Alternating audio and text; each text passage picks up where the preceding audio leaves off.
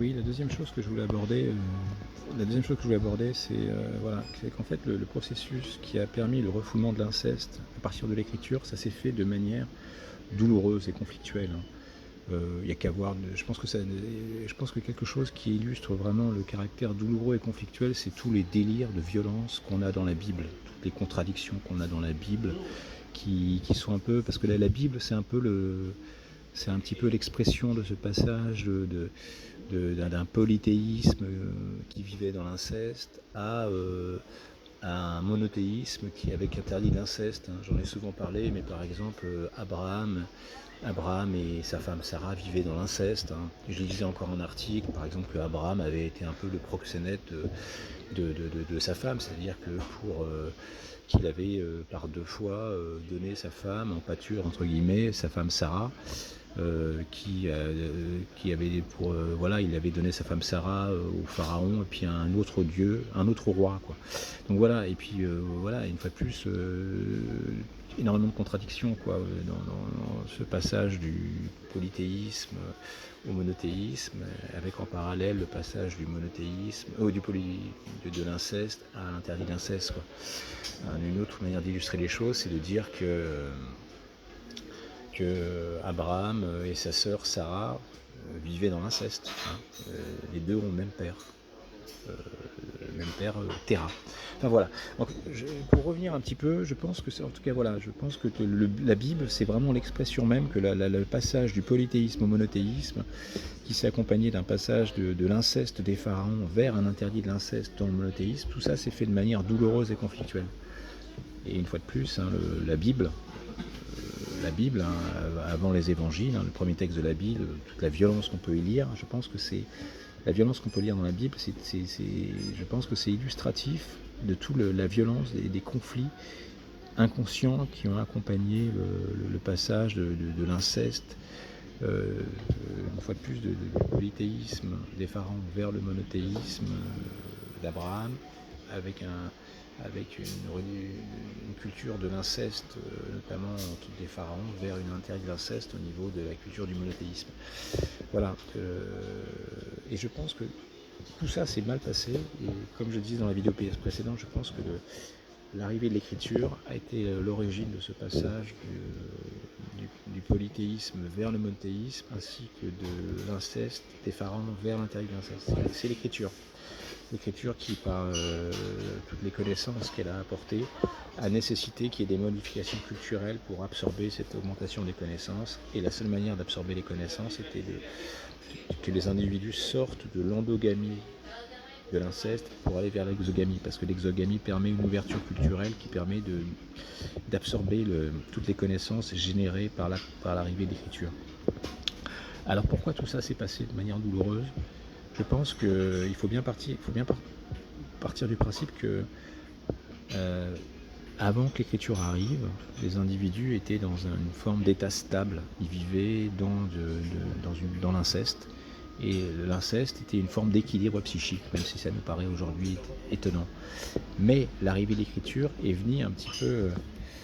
vous voyez, j'ai fait un peu cet état 1, quoi, c'est-à-dire cet équilibre dans l'inceste. Il y avait un équilibre psychique, voilà, la société était organisée par rapport à l'inceste. Et est arrivée l'écriture, et comme je le disais dans la vidéo précédente, ça a modifié un peu l'expression épigénétique de tous ces individus, quoi, c'est-à-dire, mais c'était voilà, l'arrivée de l'écriture est venue modifier le patrimoine génétique de manière à ce que toutes ces nouvelles connaissances amenées par l'écriture puissent s'exprimer dans la société. Et la meilleure manière d'augmenter la possibilité de connaissance dans une société, c'était notamment de sortir de l'inceste vers un interdit de l'inceste, parce qu'une nouvelle fois, on augmentait les possibilités génétiques, quoi. Quand on interdit l'inceste, on augmente les possibilités génétiques de recevoir toutes les connaissances, quoi. Voilà. Tout ça s'est passé de manière douloureuse, parce qu'il faut bien partir du principe qu'on avait un espèce d'état d'équilibre. Voilà, il y avait une certaine organisation dans la vie de l'inceste. Et cet état d'équilibre, il est venu être un peu, entre guillemets, perturbé par cette épigénétique de manière inconsciente. Mais comme ça se passait de manière inconsciente, comme tout ça se passait au niveau génétique et de manière inconsciente, et ben en fait, je pense que ça s'est passé de manière douloureuse parce qu'on est venu modifier. En fait, il y avait un certain bien-être certainement dans cet équilibre de l'inceste, et là on est venu perturber. On est venu perturber ce bien-être au niveau de cet équilibre qui avait été trouvé. Donc en fait, cette modification ça a entraîné un certain déséquilibre, les modifications culturelles amenées par l'écriture. Comme ça passait de manière inconsciente, il y avait une espèce de sentiment de malaise, de perturbation. Il y avait une espèce de malaise certainement, parce qu'en fait il y avait perte de l'équilibre. Et donc, oui, il y a eu évolution vers un interdit de l'inceste, mais je pense qu'en parallèle, il y a aussi eu un malaise. Et ce malaise s'est exprimé par une forme de frustration, de colère, de dérégulation. Et tout ça s'est mis en place, parce qu'une fois de plus, la société à l'époque ne pouvait pas être consciente de tout ce processus. Évidemment, les gens qui vivaient il y a moins 3000 ans à Jésus-Christ n'avaient aucun regard sur eux-mêmes de toutes les modifications qui allaient être entraînées par l'arrivée les modifications génétiques qui allaient être entraînées par l'arrivée de l'écriture, quoi. Donc comme ça se passait au niveau inconscient, et comme c'était un déséquilibre, il y a eu une accumulation de frustrations inconscientes et qu'on voit bien, je pense, et c'est une modification, toute cette colère inconsciente, et on la voit bien apparaître dans la Bible. Voilà. Et je pense que, en gros, en résumé, il y a eu, si on reprend un peu les choses, il y avait l'état 1. Voilà, on pourrait parler un petit peu d'un état 1 avant l'écriture, avec une forme de jouissance, avec un axe énergétique comme ça, un désir qui était écrivé, voilà, un désir dans l'inceste. Et puis ensuite, il y a eu l'apparition de l'écriture, et il y a eu une société qui est apparue avec un état 2, avec interdit de l'inceste, et en même temps, une forme de colère qui s'est mise en place en parallèle. Voilà. Donc voilà. Colère, une fois de plus, parce que tout ça, c'est de l'inconscient. Tout ça s'est passé dans l'inconscient. Le problème, en fait, c'est qu'en fait, on peut avoir des modifications culturelles, mais je pense que quand on a une modification culturelle, elle est douloureuse parce qu'en fait, elle se passe au niveau inconscient. C'est-à-dire que on peut avoir des modifications culturelles, mais si elles sont comprises, si elles sont conscientisées au fur et à mesure qu'elles se mettent en place, je pense que c'est beaucoup moins douloureux. Ce qui rend les choses douloureuses quand on a des modifications culturelles comme celles induites par l'arrivée d'écriture, c'est le fait que tout ça se passe au niveau de l'inconscient. Et que justement, c'est ce que j'ai écrit un peu plus loin, donc voilà, je reprends un peu ce que je disais, tout ça s'est passé de manière douloureuse et conflictuelle, car le processus est resté inconscient. Le processus a été une fois de plus l'arrivée de l'écriture dans une société d'inceste qui a poussé à ce que l'inceste s'arrête et qu'on passe à une société sans inceste. Mais tout ça s'est passé, comme ça s'est passé de manière inconsciente,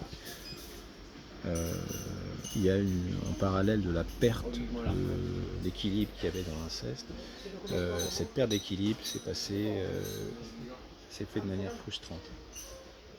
La culture d'inceste s'est trouvée malmenée par l'arrivée de l'écriture de manière inconsciente. Bon, la culture d'inceste s'est trouvée malmenée, voilà, par l'arrivée de l'écriture, tout ça s'est passé de manière inconsciente, au niveau épigénétique. Et d'une certaine manière, oui, c'est vrai que c'est comme si vous avez un état d'équilibre et quelqu'un vient vous bousculer, il y a un moment où vous finissez par vous défendre parce que ça vous met en colère, quoi. Et en fait, voilà, et la manière de descendre, c'est d'éprouver de la colère, quoi. Voilà. Parce que plus l'équilibre, il y avait un équilibre dans l'inceste, le fait de vivre dans l'inceste, quoi. Vivre en monogamie, à se marier entre frères et sœurs. Mais cette perturbation inquiétante. Cette perturbation, et c'est un lapsus de ma part, cette perturbation inconsciente de l'équilibre psychique qu'il y avait autour d'une culture de l'inceste, ça a généré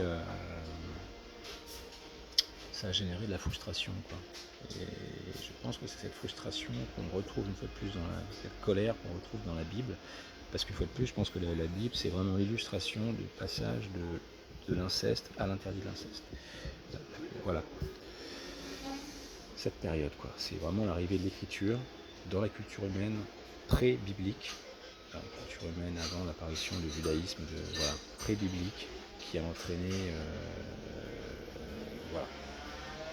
Donc, une fois de plus, je répète, les processus douloureux, de manière générale, les processus culturels, quand il y a des modifications culturelles, à mon avis, c'est toujours douloureux à partir du moment où les individus qui vivent ces modifications culturelles n'en sont pas conscients, quand ça se passe dans l'inconscient.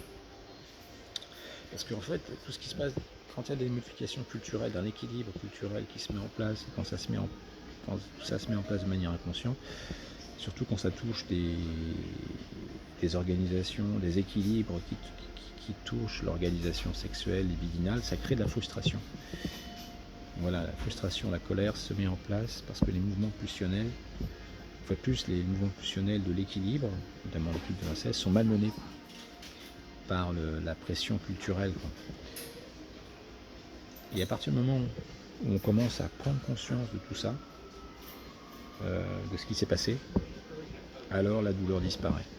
Je pense que ça disparaît aussi bien au niveau d'un individu qui est né dans ce monothéisme que de l'ensemble de la société, quoi, qui est né. Voilà. Ce que je veux dire par là, c'est que peut-être qu'un jour, quand les gens prendront conscience du phénomène que j'ai décrit précédemment, à savoir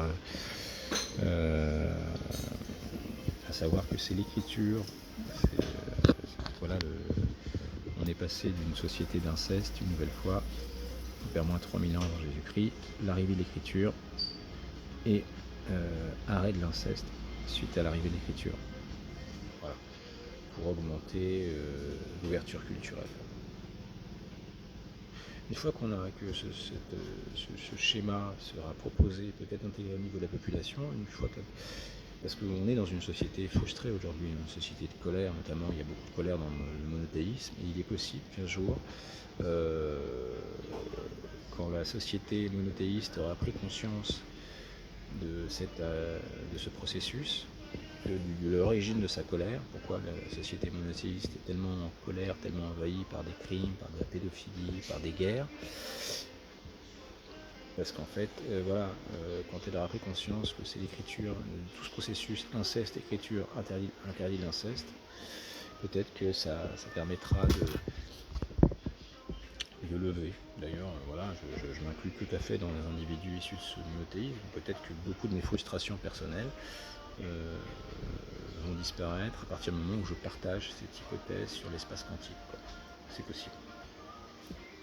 Bon voilà, je résume. État 1, dont j'en ai parlé. Ce que je vais dire d'autre. Bon, non, mais voilà. Sinon, je regardais Macron. Je me disais, en fait, une manière de symboliser Macron, c'est que c'est de la gangrène. Je pense que la meilleure manière de représenter Macron, c'est une gangrène. Et qu'est-ce qu'on fait avec une gangrène, normalement ? Et bien, il faut la couper. Je ne juge pas l'homme, je ne juge pas sa trajectoire, je ne juge pas ce qu'il est. Il n'est pas responsable de ce qu'il est, mais ce qu'il est, c'est de la gangrène. Voilà. Donc, quelle que soit la manière, je pense qu'il faut vraiment arrêter cet individu, couper cet individu de toute décision sociale, quoi. Voilà. Donc ça, c'était une réflexion un peu plus générale. Et puis voilà, quoi. Donc, je voulais aussi dire que je pense qu'une manière de mieux être psychiquement, c'est s'imposer, c'est ce que j'ai découvert récemment, c'est s'imposer de faire, par exemple, de partager ses idées. Je m'impose ça une fois par jour maintenant. Je me dis, je vais faire une vidéo tous les jours. A priori, ma thématique, c'est plutôt centré autour de tout ce passage culturel qu'il y a eu vers moins 3000 ans avec l'arrivée de l'écriture. Voilà. Donc je pense que toute personne devrait, là je pense que toute personne devrait être un peu de ce genre de démarche euh, pour avoir, parce que je vais vous donner un autre dessin. Longtemps, avant d'être humain, on a été vraiment ce qu'on appelle presque des tubes digestifs, quoi. On était des paquets de cellules, hein. Ça c'est plein de cellules. On absorbait des nutriments et on les excrétait, quoi. Donc vraiment on était des tubes digestifs, hein. L'origine de la vie, hein, ça a démarré par des tubes digestifs, quoi. Et je pense qu'aujourd'hui il y a quelque chose de similaire. C'est-à-dire qu'il faut considérer que par exemple on est un être humain, hop, voilà, qui reçoit énormément de connaissances, hein, notamment de l'espace quantique, hein. On a beaucoup de connaissances sur l'espace qu'on écoute, qu'on lit sur l'espace quantique. Et ben je pense que, un peu comme un tube digestif, on absorbe des connaissances et il faut les faire ressortir, hein. Et ça veut dire que les faire ressortir, comment est-ce qu'on les fait ressortir, ces connaissances? Et ben en fait, voilà, parce que toutes ces idées qui viennent de l'espace quantique, elles induisent chez nous des idées, des questions. Et ben il faut les faire ressortir à travers notamment des nouvelles connaissances et sur l'espace quantique. Ça vient de l'espace quantique, ces connaissances d'Internet, il faut les remettre sur Internet. C'est pour ça que je me suis donné comme rythme, et je pense que c'est très important de se donner un rythme. Hein, c'est comme des cellules au départ. Elles allaient, quand on était des paquets de cellules, quand on n'était qu'un tube digestif, on absorbait et ça ressortait. Je sais pas, tous les jours, on avait des selles entre guillemets. Et ben là, tous les jours, on reçoit des connaissances et on doit faire quelque chose de ces connaissances et ressortir les idées et les faire ressortir. Ça vient de l'espace quantique, on les fait ressortir sur l'espace quantique. J'insiste vraiment sur l'espace quantique. Voilà. Ça me paraît vraiment indispensable, quoi. Donc je partage avec vous cette idée. En tout cas, moi, si vous voulez, c'est un axe que je me suis redonné dans la vie, quoi. C'est-à-dire, je me redonne cet axe. Vous voyez, j'écoute sur l'espace quantique et je fais ça une fois par jour. Une fois par jour, je vais faire une vidéo publique. J'en fais d'autres, hein. Et là, une fois par jour, je vais faire une vidéo publique. Parce que ça va me donner un certain rythme. De même qu'on doit avoir des selles et des paquets de cellules dans des selles tous les jours, je pense qu'on doit pouvoir faire sortir des idées tous les jours. Je pense qu'il y a des idées où je vais être très répétitif. Il y a des jours où je serai certainement très répétitif, hein. Je n'aurai pas de nouvelles idées. Et puis je pense qu'il y a d'autres jours où il y aura peut-être plus d'idées, quoi. En tout cas, l'idée que je propose aujourd'hui, c'est que, et je pense qu'une fois qu'on est dans cette espèce de dynamique de vie, c'est-à-dire une fois qu'on est dans cette espèce de prise de conscience qu'on doit faire ressortir des idées tous les jours, je pense que ça donne un axe dans la vie, ça donne une forme un peu de direction. Voilà, donc je pense que c'est peut-être un peu si je devais un peu résumer au-delà de mes hypothèses sur l'écriture, tout ça, si je devais un petit peu résumer ce qu'il faut faire, c'est dans la vie, je pense que pour être heureux, il faut faire une vidéo tous les jours. Tous les jours. Anonyme, hein, vous voyez, vous savez pas qui je suis, hein, anonyme, sur Internet, par jour, de manière à avoir un rythme régulier. Voilà, et à partir de là, je pense que vous répondez à quelque chose de fondamental, qui est de nous considérer vraiment comme des tubes digestifs, quoi, quelque part. Avant, comme je vous le disais, on était des paquets de cellules, ça rentrait, les nutriments rentraient d'un côté, sortaient de l'autre, transformés, hein. Il y avait un produit A qui sortait en produit B, vous voyez, mais ça... Parce que si ça ne sortait pas, ça s'accumulait ici, et là, ça mourait. Et je pense que c'est pareil. Là, c'est un individu humain, on est soumis à, je sais pas, des idées sur Internet, on écoute des gens, on lit des choses, et il faut les faire ressortir. Ça c'est les idées A, et ça donne les nouvelles idées B. Il faut les faire ressortir et les mettre sur l'espace quantique. Ça doit être un échange. parce que ces idées, elles viennent de l'espace quantique, souvent, parfois c'est de la lecture, mais en tout cas, il faut les mettre sur l'espace quantique. Voilà. Donc faire des vidéos gratuites, anonymes et visibles sur les... Voilà. Et une fois par jour. Voilà. Bon, je sais pas si j'ai d'autres choses à dire, mais un peu ça l'essentiel, quoi. C'est un peu ça l'essentiel de ce que je voulais dire. Non, je regardais une belle jeune femme au fond là-bas. Voilà, parce que c'est vrai que pour ceux qui parlent plus en termes énergétiques, enfin bon, je vais pas rentrer là-dedans. Je m'arrête là. Merci.